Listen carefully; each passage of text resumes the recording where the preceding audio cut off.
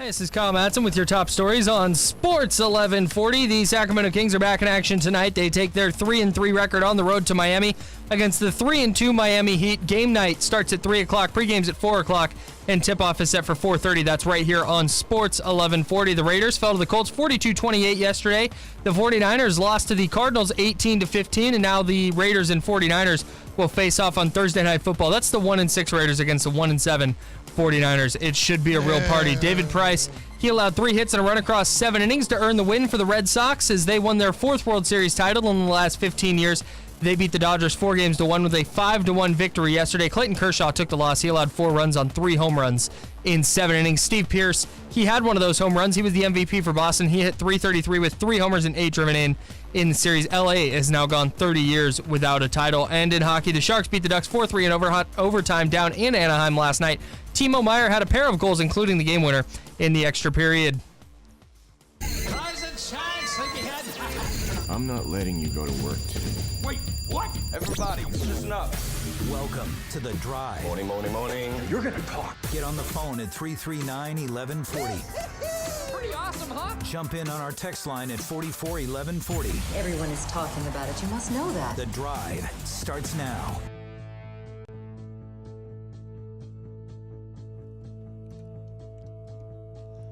Entertained by the dumbest things. Like this show. There's things that happen during my read that when I know you're paying attention, if it happens at the beginning of my read, I dwell on it the whole time. Like it's all I think about. Right? I'm just like, oh, this is gonna be a bit. Well, actually, Kyle. By the way, for the loyal listener Paul out there on Twitter, yeah, that might be big a bit. Paul guy. Big guy. Wants to get a bit button for all the bits. A ton of bits. Says we should get a button for the bits or play a drinking game every time we say bit. So a bit? A bit. Yeah, bit. That's really meta. Very meta. World peace. Kings are in Miami tonight. It's one of Grant's favorite road trip locales. This happened Friday.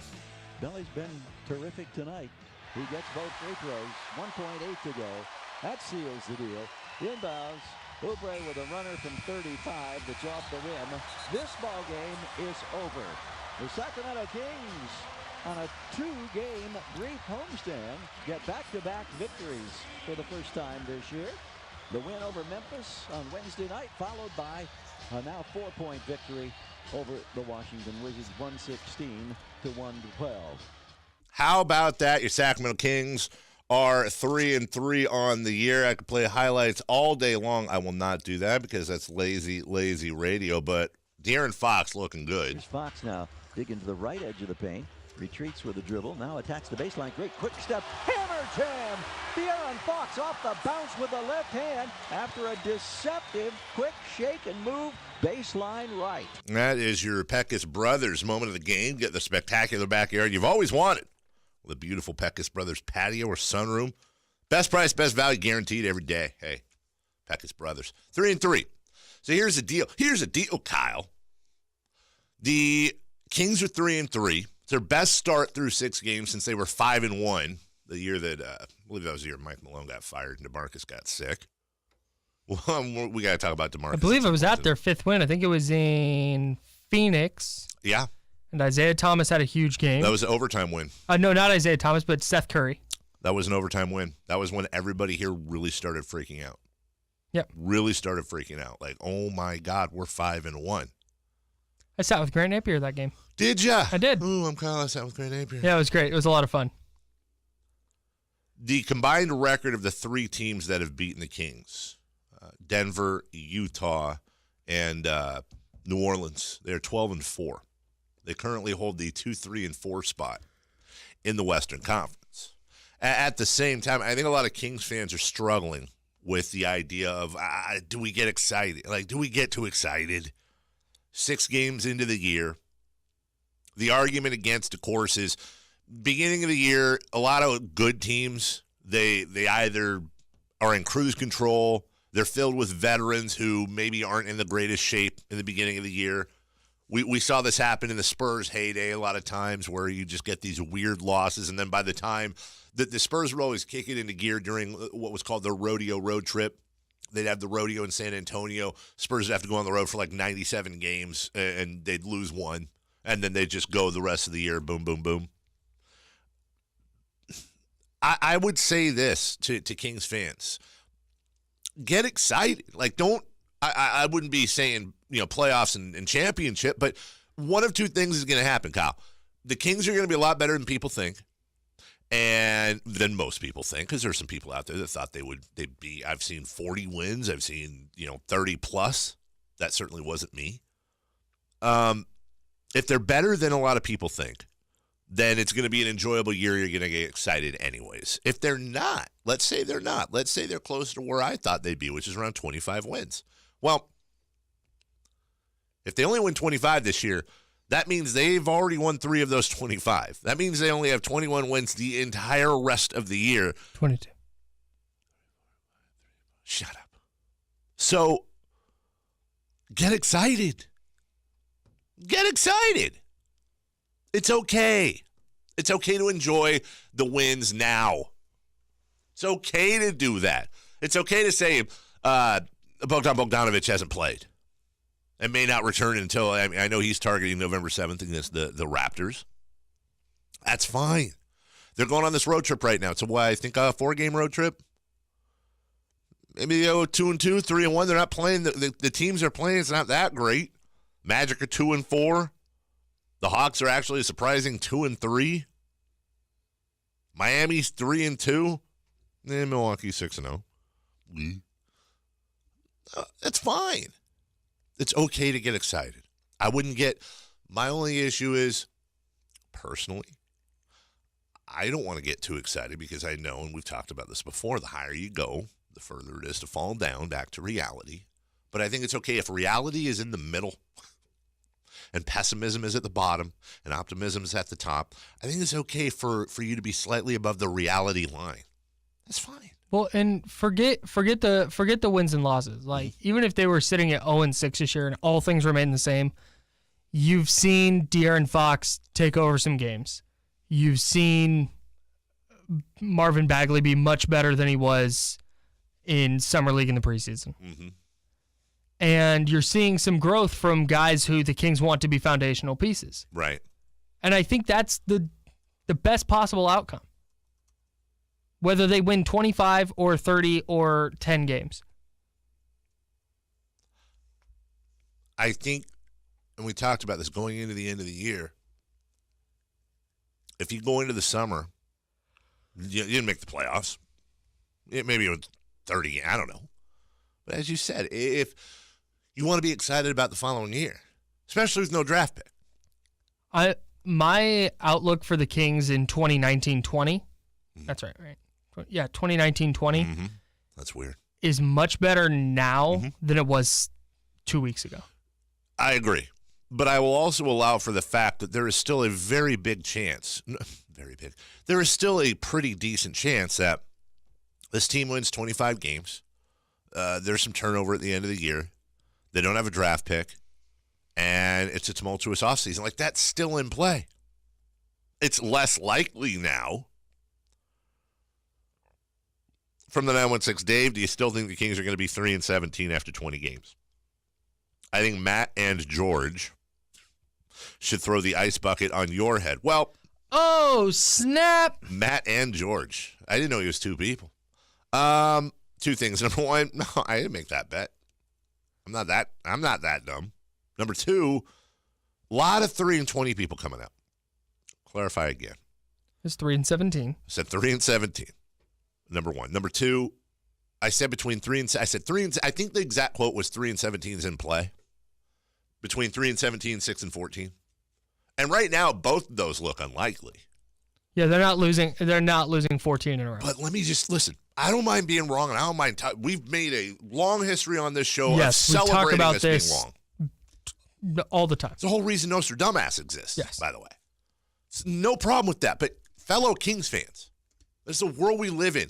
This, you said this. Well, okay, listen. First off, you didn't see me rolling around anytime in the last 5 years at all of you optimists going, told you they'd suck when I was right. But scoreboard's okay. It's all in fun. Here's my main concern. I don't mind you coming at me. That's fine. Do you really want to screw with this right now? Is all I'm saying. Do you really want to screw with the gods? I'm trying not to address it at all on social media as little as I can without looking like I'm not addressing it, but they're 3-3 right now. Is that people's really like? Is that their main thing? Like they want the Kings to win so they can tweet at Carmichael Dave? I wouldn't say it's their main thing because that boy is that narcissistic. I would say that is a finger on the hand for some people. And that's weird, man. But I'm fine with that because they're winning. Sure. But I had somebody say to me the other day, if they'd have to lose 11 in a row to match that 3-17, I'm like, dude, shut up. Don't even put that out there. 14. Huh? Nothing.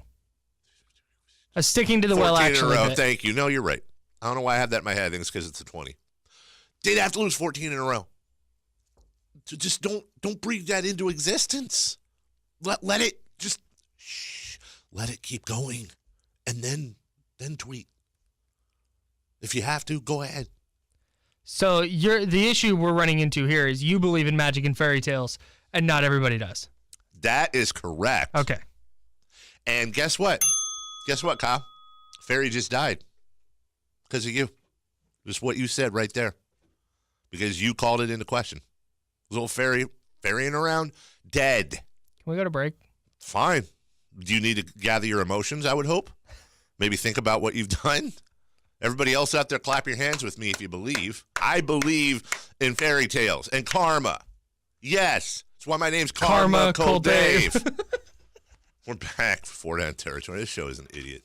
Sports 1140 KHTK. I quit.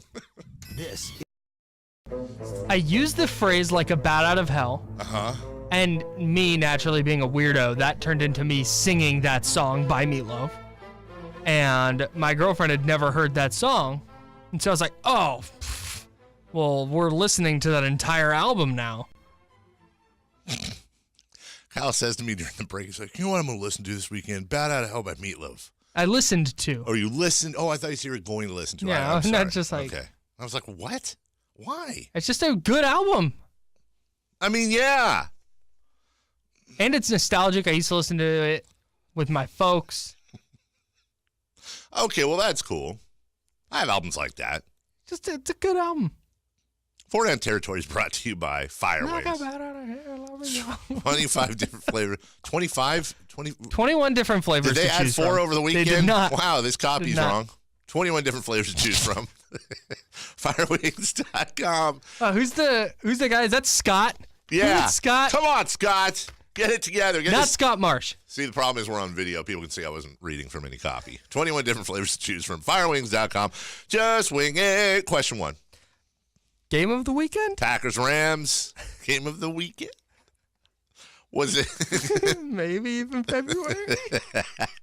That was a neat game. I enjoyed it. It was fun. Or maybe even February. I didn't expect it to be that close. I believe this was the biggest underdog Aaron Rodgers' team had ever been. It started at 10.5. It got down to 9.5 by kickoff. So let's say you and I both agree on this. We don't, but keep going. Well, then here's my question for you real quick. Did that game make you worry about the Rams at all? No. No? No. Was that just Aaron Rodgers being Aaron Rodgers and the Packers being the Packers and showing that they can reach high? Yeah. It's the NFL, and the Packers are a good-ish team. Mm-hmm. Good enough to take advantage if a team makes some mistakes, and the Rams have played effectively perfect football this year. Big Packer takeover, by the way. A lot of Packer fans. I don't understand it. My game of the weekend? Yeah. The Tampa Bay Buccaneers and the Cincinnati Bengals. Yeah. My guy, Ryan Fitzmagic, coming into the game for Jameis Winston, who was terrible, 18 of 35 for 276, a touchdown, and 4 interceptions. Started him in fantasy. I did too. 4 ugly interceptions. Ryan Fitzpatrick comes in, saves the day, sort of. 11 of 15 for 194, 2 touchdowns. Tampa Bay outscores the Bengals 18-3 in the fourth quarter, or 18-0 to tie it, and then the Bengals kicked the game-winning field goal. They kicked the game-winning field goal. But it turned into a watching Ryan Fitzpatrick and him coming in and everybody goes, oh, here it comes. Fitzmagic. Like it was just a foregone conclusion. Yes. And then it happened. Yes. Was it just remarkable? It was a lot of fun. You loved it. It was a lot of fun. Well, you don't like Ryan Fitzpatrick. But you hate Jameis Winston more. True. All right. Second. Second down. Are the Saints true Super Bowl contenders? You know, I originally wrote this question as, do you believe in the New Orleans Saints? But after the fiasco last week with the Houston Texans, I don't do that anymore. I believe in the Saints. Well, you don't believe in fairies. You do believe in Saints, apparently. The New Orleans Saints went into Minnesota. Remember, Minnesota was like NFC Championship, possible Super Bowl contender. They added Cousins. Yeah. They're not that good. I'd like to once again congratulate the Saints, who are now 6-1. They've won 6 in a row, and the only game they've lost was game 1 when some of us used them in the knockout pool. Against Ryan Fitzpatrick. Fitzmagic. I should hate Ryan Fitzpatrick. 30-20, and it just wasn't really that crazy close. You had an Adam Thielen fumble, which is very that was the characteristic of him. Yeah. That was the game. And then the pick six, what was it, on the following possession? Mm-hmm. Yeah, that was rough. The Vikings just don't, like last year they were so stifling on defense, and Case Keenum had such an incredible year at quarterback. They're not matching that this year. And Kirk Cousins does a lot of good things, but he does a lot of not so good things. Whereas the Saints, they are definitely Super Bowl contenders, and I think we're going to see that because they play the Rams this weekend. You got Breeze, Kamara, Ingram, Thomas. That defense held Minnesota to 20 points. It's not like Minnesota doesn't have their running game's a little iffy right now without Dalvin Cook, but they've got weapons. Drew Brees threw for 120 yards, a touchdown, and a pick last night. Drew Brees threw for 120 yards, a touchdown, and a pick, and they beat Minnesota by 10 in Minnesota. That's scary. I think we saw a little bit of a overachievement by the Saints defense. I still don't think their defense is very good, but they stepped it up yesterday. Their defensive line was terrific and messed with Kirk Cousins a little bit. Yeah, I'm a firm believer in the Saints, and I think we're going to get a fantastic game this weekend between them and the Rams. Third down.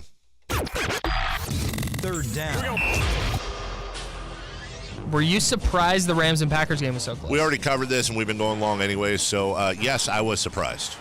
I didn't expect it to be that close. I didn't either. Mostly because of the Packers' defense. I expected their offense to rack it up a little bit, but I did not expect them to hold the Rams to 29 points and effectively have a chance to win the game at the end if Ty Montgomery hadn't fumbled. Boy, do we have to talk about Todd Gurley later. What a class move by Todd Gurley. What an amazing role model Todd Gurley is. It's amazing role model, classy. Fourth down. Which will be larger? The winning margin of the Pats and Bills or Kings and Heat? I'm not asking who. This is a great question, Dave. I'm not asking who's going to win either game. You're asking the margin of victory. I'm asking the margin of victory regardless. I'm going to say Pats and Bills will be larger. It's in Buffalo. Sometimes these games can get weird. I don't think there's a weather issue, at least not that I've seen. And I do check Buffalo weather on a regular basis. I haven't heard about any. You'd think you'd hear about weather issues. Looks like Patriots. The Patriots is my answer. The Pats and Bills score will be a larger margin of victory. Yeah. New England favored by 14. Yeah, I think the Bills' defense is good, but their offense is real life bad, and I think the Patriots are just going to really take advantage of that. I agree, and if I was a betting man, I'd bet on the Patriots because this seems like a 41-14 type game. Yeah. But there's that part of me that goes, dude, Buffalo is at home. It's on Monday Night Football. This is a divisional game. Weird things happen in these situations. I'm not saying Buffalo would win, but if it was super close tonight, look at me hedging my bets here, I wouldn't be like, what? Like, we've seen this situation before. Remember, Buffalo took out Minnesota in Minnesota. They're still riding high off of that one. Depends on if Nathan Peterman can put it all together. We'll take a break. When we come back, all Kings for the 7:30 segment. The first half of the show is gone, Kyle. That flew by. My goodness. Second half, we've got Kings. We got to talk about DeMarcus Cousins at some point. And we'll get into football at 8:05 as well. More World Series talk at 8:35. The drive continues. Sports 1140 KHTK. Hi, this is Kyle with your top stories on Sports 1140. The Kings are in action tonight in Miami. They're kicking off a 4-game road trip. Sacramento enters the game at 3-3. The Heat come in at 3-2. Coverage begins right here on Sports 1140 with game night at 3 o'clock. Pre-game's at 4 and tip-off is set for 4:30. Again, that's right here on Sports 1140. The Raiders fell to the Colts 42-28 yesterday. The Niners lost to the Cardinals 18-15. Both teams blew fourth quarter leads. Now the 1-6 Raiders will visit the 1-7 49ers for Thursday night football, so get excited. The Red Sox won the World Series 4-1 thanks to a 5-1 victory over the Dodgers yesterday. David Price allowed a hit, 3 hits in a run across 7 innings, while Clayton Kershaw allowed 4 runs on 3 Red Sox homers in 7 innings. It was Boston's 4th World Series title in the last 15 years. Steve Pearce is the MVP. He hit .333 with 3 homers and 8 driven in the series. For LA, it's now 30 years since their last World Series. And in hockey, the Sharks went to overtime against the Ducks down in Anaheim and won 4-3 thanks to a pair of goals by Timo Meier, including the game winner in OT. Those are your top stories. And now back to the drive on Sports 1140 KHTK. It's The Drive on Sports 1140 KHTK. I'm always very excited anytime I know anything that Kyle doesn't. It's just a rarity. And then anytime I know anything Warriors related that Kyle doesn't, it's an even bigger rarity. I'm sure there's a reason. You were doing something, or I saw you post something about a pumpkin patch, or you did some. Yeah, I was busy. I was busy basically all 3 days this weekend. So the Warriors were playing. Was it the Nets? I think. Yesterday. Knicks, something. Yeah. It was Knicks 2 days ago and Nets yesterday. The Knicks.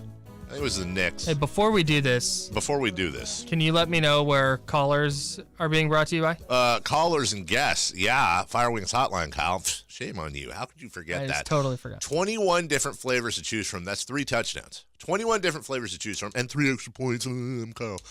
Firewings.com, just wing it. It could be 9 safeties and a field goal.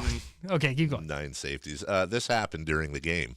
From Achilles, got into a heated argument with Scott Foster after the timeout was called. Watching it, and Cousins kept yelling at him. Foster finally had enough and threw him out. Not an aberration for Cousins, always eccentric. Yes! DeMarcus Cousins got ejected over the back, weekend. Baby! You can tell he's getting healthier. He's already got his first ejection of the year. I am so excited. The Warriors are going to get the best version of DeMarcus Cousins, and I can't wait. Of course, you'll notice when they were talking about that, that it was Scott Foster that tossed him. Let me take you back real quick, courtesy of your friend Logan Murdoch, who posted this. Logan, my guy. To 2013. That is unbelievable. This is unacceptable in any level of the game. It's halftime. Go to your locker room. Instead, he's got to sit there and jaw, and Smart tries to save the day. Keith Smart. And Cousins is tossed. It's the second time in 3 games. New York Knicks assistant, Keith Smart. So, by the way, don't read this, please, as excusing DeMarcus getting tossed. It just that's twice during dead balls or him not playing that Scott Foster. He and Scott Foster, my point is, I think, have a little bit of a history. And according to DeMarcus, or I shouldn't say that, according to people that were around DeMarcus, teammates, they'd said that Cousins was, I think, yelling at Draymond Green, not yelling at him like in a mad way, but yelling towards him saying, put him in the pick and roll, put Kanter in the pick and roll every single time. They were talking about Enes Kanter. And Foster took that as, like, he heard that and thought Cousins was jawing and said something. And then, again, according to sources, Cousins said something like, don't just assume or something like that. And boom, they got into it and see you later. Is your source... It's not very primary. No, it's not. No, it's neither DeMarcus nor any people in his camp. It was. I think I got that from an Athletic article. But and then Steve Kerr comes out and Cousins apologized. Kerr said, we just don't do that around here, blah, blah, blah, which I thought was funny because didn't Steve Kerr just get ejected? I was going to say, we don't do that around They all Kevin do that, Durant right? led the league in ejections last year. Draymond They have Green's been known Draymond Green. They employ Draymond Green. Right. And you're going to say, we don't do that. Didn't out of Kerr here, just Steve. Didn't he just get ejected On from on a purpose. preseason game? He said, "I don't want to be here anyways." He just got ejected from a That's right. preseason game. DeMarcus probably just wanted to hit the post-game spread. I don't blame him one bit. Marcus probably looked at him and when he said that, and said, "I learned it from watching you, Coach." Attitude reflects leadership. Right? Is Steve Kerr on the hot seat? Oh, how about your guy on Twitter saying Kyle Shanahan's on the hot seat? Dude. What was that? Grant Cohn, who's that's Lowell Cohn's kid, right? The longtime columnist. So he's taking after his dad, and Lowell Cohn was around for a long time. He's since retired. Yes, and this shtick works. Yeah, and so Grant is picking it up. I don't begrudge him. He looks at the Grant Cohn, just right. Grant Cohn. You say Grant on the station. Yeah. GC. Yeah, GC. Grant Christie. Yeah. No, Grant Cohn takes the most outlandish thing that he can think of as from a result. Yeah. And will throw it at the wall because he can very basically just go, well, Kyle Shanahan without Jimmy Garoppolo has 2 wins and what is now 16 losses. He's 2-16 without Jimmy Garoppolo. Sure. Or that's not. I guess that's not exactly right because Garoppolo. Whatever. Well, actually, he has this record. Yes. He should be on the hot seat. Good. Right. This is a proud franchise. Right. They expect better. They want to raise Super Bowl banners. He's not getting it done. He can say all that. He knows Kyle Shanahan is not close to on the hot seat. That was my next question. Do you think he believes that he's on the hot seat? No. So I think he's doing that because he knows that it's going to get people looking at it. What is the point of that? It gets people fired up. It gets people following you and paying attention to your tweets. Get you on a show on ESPN, yes, maybe. So when you tweet out your article that says, "Is Kyle Shanahan in the hot seat?" people are going to click on it because they're going to share on. Angry yeah, clips. And they're going to go, "Oh, look at this idiot." There's a big handful, the Bayless Nation, if you will, Skip Bayless. There's a large handful of people in media that I guess. I mean, listen, Skip Bayless is making millions of dollars a year. He's won. He won. He makes millions of dollars a year. He lives in Texas. He does his thing. Good for him. Works out. Takes shirtless pics. I just don't know. How do you? What a crappy way to have a career. Like, why would you want to do that? I would be. So I had my share of issues on social media before and arguments and trolling and all that, but God, to just have to be known as hot take guy and then have people yell at you and that's how you get noticed. I would rather do something else. I think it takes just a incredible amount of lack of self-awareness. A total lack of self-awareness. Or you just don't care, right? Like, you just don't care what people think of you. Right. Yeah. You just don't, right. You see that you're getting page views, your checks are clearing, and that's what you care about. Because you're going to go home to your family and your friends who know you, and that's it. I think it's similar to the attitude a lot of people have going into politics. Like, you have to have a special. Right. I mean, listen, I get politics these days. I understand, but I think you have to have that same type of mentality that some of these sports media guys have. Yeah. Where you just know, you go into politics, it doesn't matter. You're going to get a large group of people that actively dislike you, that let you know about that, and that look at anything you've done in the past and throw it in your face. I would be sick. And here's where, because Skip Bayless was an incredible writer. He was. He was like an award-winning reporter and writer. And he could, he still could be. Any paper, The Athletic would take him immediately. Sure. But he's getting paid on TV to just spout takes. And then my favorite thing is his Twitter, because it's trash takes on his Twitter. I don't follow it. But I doubt he even checks his mentions. I highly doubt it. He may not even open the Twitter app. He may have like text to tweet, just fires off this grenade into his timeline, and then just lets everybody fight over it. Skip Bayless has 2.8 million followers. He's following, and by the way, I've noticed this is kind of a common occurrence with that group. He's following 0. Yeah, right. Because he doesn't check it. He just lobs grenades into a timeline and then runs away. Which is fine. Like, that's what's getting him paid. Why Jason Garrett was so wrong to be at Dodger Stadium on Friday night, now on Undisputed. Yeah. That's his last Let tweet us know. 13 minutes ago. I also think that when people meet him in person, they act much differently. And he probably acts much differently. I'm sure he does. There's no way he's an abrasive jerk. If we walked up to him in person and said, "Hey, Skip, how's it going, man?" He'd probably be like, "Hey, nice to meet you." Yes, it's a character. And that's right. It's a character. That's right. And they know that. They are fully confident in themselves and their personality, because everything I know about Grant Cohn, I have several friends that cover the 49ers every day that have no problem with him as a person. Sure. They're just like, yeah, that's just his shtick. Can I get to a side note real quick? Please. Adam Schefter tweets, "Here's a streak Cleveland would like to snap after Sunday's loss to Pittsburgh. The last 5 Browns head coaches, Romeo Crennel, Eric Mangini, Pat Shurmur, Rod Chudzinski, and Mike Pettin, were fired after the second Steelers game of that season." Here's the first 4 responses from Browns fans. "No, actually, I'd much rather have that streak continue." "Continue the streak. Fire Hugh." Yeah. "I keep hitting refresh, hoping this streak lives on." "Bull, let's keep that streak alive and well." Yeah, it might be time. It might be time. It has to be. What else is he going to do? What are the Browns doing? They have lost so many games in overtime, so many winnable games, and that all goes back to coaching. Can Hugh Jackson point to the fact, listen, I've gone through this whole rebuilding. I had to suffer through all this crap. This team is finally, this is the best year we've had in my coaching career with you guys. I'm finally starting to turn these guys around. There's growing pains. No. That went out the window, I think, after their, 3rd overtime loss of the year? At least they're getting to. I'm getting this team to overtime. We're that close. And so what the Browns would be saying is, we see the talent we've accumulated, and we see you coming up short with that talent.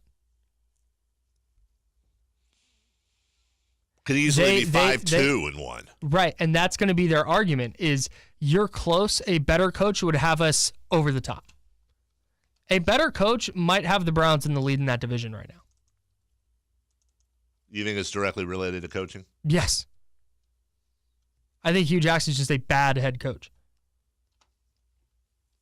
Well, a lot of people think Hugh Jackson. That's my take. The guy that went 1-31 over 2 years is not that good of a coach. Hugh Jackson was asked about friction with offensive coordinator Todd Haley. There's nothing wrong with my relationship with Haley. Guys, I said what I said last week, and obviously it had legs, but I've never said I wanted to take over play calling. I said I wanted to help. That's it. So today, now all of a sudden, it's just big old thing, because sure, I mean, everybody's going to look and say, well, what's going on? But only thing's going on, we need to get better. We need to coach better. We need to get better. When a guy like Hugh Jackson is asked about not using timeouts at the end of the second quarter, going into the half, and he says, yeah, I don't really recall that. And you juxtapose that with Sean Payton, who pretty much remembers every play of his coaching career and any time he's ever been on the sideline. Listen, not everybody has to have Sean Payton's memory, but you can't remember or answer. Yes, you remember. You remember what you were doing at the end of the second quarter. It was an hour ago. And if you don't remember, either way, that's a serious problem. Problem is for some reason, if you're a football coach in Ohio, you can't get fired. It's impossible. If you're Marvin Lewis, you've got like coaching tenure. They just give you the seat until you're done. Now, when has Hugh Jackson ever proven he was a head coach? The best thing I've ever heard about Hugh Jackson was that players liked him when he was around the Raiders. And that's where he also is, he's also friends with some media types. Yeah. Who shill for him relentlessly. It matters. It matters big time. Yeah. The public perception around your team matters a lot. It's shaped by the media. And when Hugh Jackson is BFFs with media people, that helps him personally. And I don't know who his agent is, but a lot of times that matters too. Mm-hmm. Sometimes when we look at stuff like this, we don't realize that, as you said, public perception is shaped by the talking heads and the ink blotters. And if I'm an agent for Hugh Jackson, and I'm also an agent for, let's say I've got 12 pretty good NFL players, and I call you up, Kyle, who's writing for, BrownsWire.com. Jeff Risdon does that. He's delightful. He's been on this show. You and Jeff are splitting it now. Sorry. I only know you. And I say, hey, listen, I got a scoop for you. Hugh Jackson actually wanted to overrule, or Todd Haley actually called these three plays, and Hugh Jackson was screaming for a timeout, and the ref didn't hear it, and he's really having a struggle with his assistant coaches, and he's trying to cover for him. And then, Kyle, you go out and you write, sources close to the team say Hugh Jackson's actually covering for his assistants. It wasn't his fault. Blah, blah, blah, blah, blah. And then a couple months later, when the draft happens, me as Hugh Jackson's agent, hey, you did me a solid. I'm going to go ahead and let you know when my guy gets drafted so you can break that, or you get the first interview. Conversely, if you burn one of my guys, I've just cut you off from my entire roster. Sure. You're out. Sure. And that's currency for you as a member of the media whose job is to break stories. Sure. That's a real thing. Oh, it absolutely is. It's very rare that an agent or a player or a coach or a person within a team is going to give a reporter information without some sort of reciprocation. There almost always is. There has to be that reciprocation. Even those pieces you see in Sports Illustrated on like draft prospects or whatever it is, like always look, there's some kind of mention of some company or some training lab or something that this person is going through or using that was a requirement for the story to be written. By the way, we're going to have to do the David Derek Carr thing on this, I think. Let's go ahead and do $20 to the American Red Cross every time I say Sean Payton instead of Sean McVay, because apparently I did it again, and that's now a thing. Dude, that's definitely a thing. It's a thing in my head now. I got to get rid of it. $20 American Red Cross every single time. Every single time I do it. You guys catch me. Matt Barrows actually brought that up when I talked to him at the last Niner game. Yeah. He was like, man, that confused me. He goes, I was on like 3 hours of sleep. Really threw me for a loop. Sean McVay is the coach of the Rams. Sean McVay is the coach of the Rams. Sean Payton is the coach of the Saints. Breaking news. So, just to put a wrap on that. Yeah, what? You want Sean Payton, breking news. Oh, no, I just meant breaking news. He's the head coach of the Saints. Right. It's not really breaking news is the point. And since we chewed up most of this segment with football, we're going to flip-flop and go to basketball in the next segment.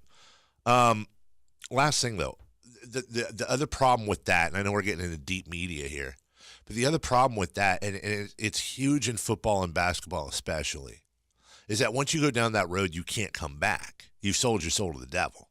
Once you as a writer or a host or a TV guy, whatever it may be, once you start taking information on a quid pro quo basis from agents, that's it. You can't do it. And every single organization has members either from the sports team itself or the periphery that tries it. Once you go down that road, you can't come back, because if you go down that road with somebody and then you end up burning them, then they're going to leak it out somewhere that you said this, that, and whatever because of, and then you're screwed. It really is selling your soul to the devil. But that's a lot of how it works. So if any of you ever wonder sometimes, and I see this a lot of times on the message boards, if any of you ever see that, I go, God, why is everybody always defending this guy? Why is everybody always defending that player? Well, that's why, most of the time. That's why. 339-1140, 1-800-920-1140. Hey, Brian, welcome into the drive. How you doing this morning? Good, Brian. How are you, buddy? I'm awesome. Hey, I just wanted to say I hear you guys talking about Hugh Jackson, and I've been wondering about that myself. And I think, he's not ready for the head coaching job. He's just not. And he's a good offensive coordinator, but as far as being a head coach, he's not there. And I see you guys kind of dancing around it, and everybody's trying to be politically correct. And by the way, I myself am black, and I see people afraid to say certain things, it seems like to me. And the bottom line is he's just not a good head coach. No, hey, listen, I hear you. And boy, did that take a turn. Listen, I don't know if you caught part of the segment, buddy, or not, but we completely agree. We haven't been dancing around it. In fact, I think I just said a minute ago, I said, listen, literally the only good thing I've ever heard about Hugh Jackson as a coach was that his players liked him when he was around Oakland. I think we've both been pretty clear that he's bad. We made the point that football coaches in Ohio apparently can't get fired, whether you're Marvin Lewis of the Bengals or in this case. Amazing, ain't it? Yeah, I don't think. I think he should have been. We both think he should have been fired a long time ago. Now, I certainly wasn't going to go bring race into the whole thing. I don't care what. Yeah, that had nothing to do with anything. I don't think he's a good head football coach. And by the way, that doesn't mean Hugh Jackson's not a good coach. As Brian said, Hugh Jackson could be a great offensive coordinator.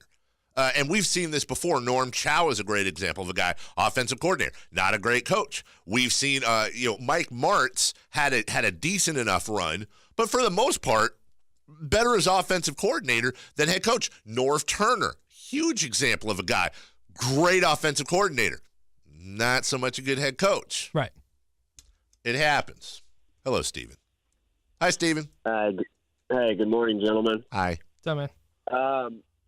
So I'm kind of sort of thinking the same thing about Kyle Shanahan at this point, but I know it's a little early. But my question for you guys, do they at this point, they're just going for a top 5 draft pick, right? Or can you see them maybe trading for a quarterback, Teddy Bridgewater, etc.? Who, the Niners? Yeah. Oh, you mean like this year trading for? Yeah, I think that ship sailed. If they were going to do that, they would have done that the moment Garoppolo went down. If your expectation for the Niners this year is that they're going to win games, you should check out now. Yeah. They're not going to do that. I checked out the moment Jimmy's knee blew up. So, yeah, thank you, gentlemen. All right, appreciate it. Yeah, you got it, buddy. Yeah. Kyle Shanahan's made it really clear that they think C.J. Beathard is their best option at quarterback. They drafted him in the 3rd round for a reason. He's obviously not very good, but I think they are perfectly fine with going 1-15 or 2-14 and having a top 3 pick. I know fans don't want to hear that, but yeah, we'll have to get into that as we get closer. By the way, is number 1 pick bowl is going on this Thursday. I remember at the beginning of the year sitting around being stressed out because the Kings and Hawks are the same night, and so I don't know what we're doing with that broadcast. I know we're doing the Kings and Hawks. And I'm not sure if we're joining the game in progress or not. That's Jason Ross's call, obviously above my pay grade. But I remember stressing out about that. Oh my God, people are going to be really angry. Now it's just like, yeah, it's been funny watching the Niner fan trash talk. Yeah, like this is all a lot of us have. And right now it's the Raiders, Niners, and Giants as it is this second. Raiders, Niners, and Giants that are vying for that number 1 pick. And the 49ers play the Raiders and Giants our next 2 games. So that's going to be a question we'll probably tackle tomorrow. Is Niner fans and Raider fans. And Raider fans, but yeah. In this case, because the Niners are playing the Raiders and Giants, would you rather go 2-0 in those games? Yeah. Or, and I hate to get back into the tank talk because we did that so much with the Kings last year, but for reals, it really matters in the NFL. Well, yeah, no, and I think it's a pertinent question going into this game with Niners and Raider fans and this being such a heated kind of, I guess it's a rivalry, a geographical rivalry, it being that. Whether you want your favorite team, whoever it is, the Raiders or Niners, to win. Yeah. I think that is a perfectly reasonable question. I also want them to have the number 1 pick in the draft, too, though. Right. I don't know if beating you the also Raiders want the Bay Area bragging rights. Sure. Yeah. All right, we'll get into that tomorrow. All right, listen, we flip-flopped on you, so that was football. When we come back next, Kings. We'll talk about their game against the Wizards on Friday. The teams that have beaten the Kings this year are actually quite good. And I want to hear from Kings fans in the segment at 339-1140.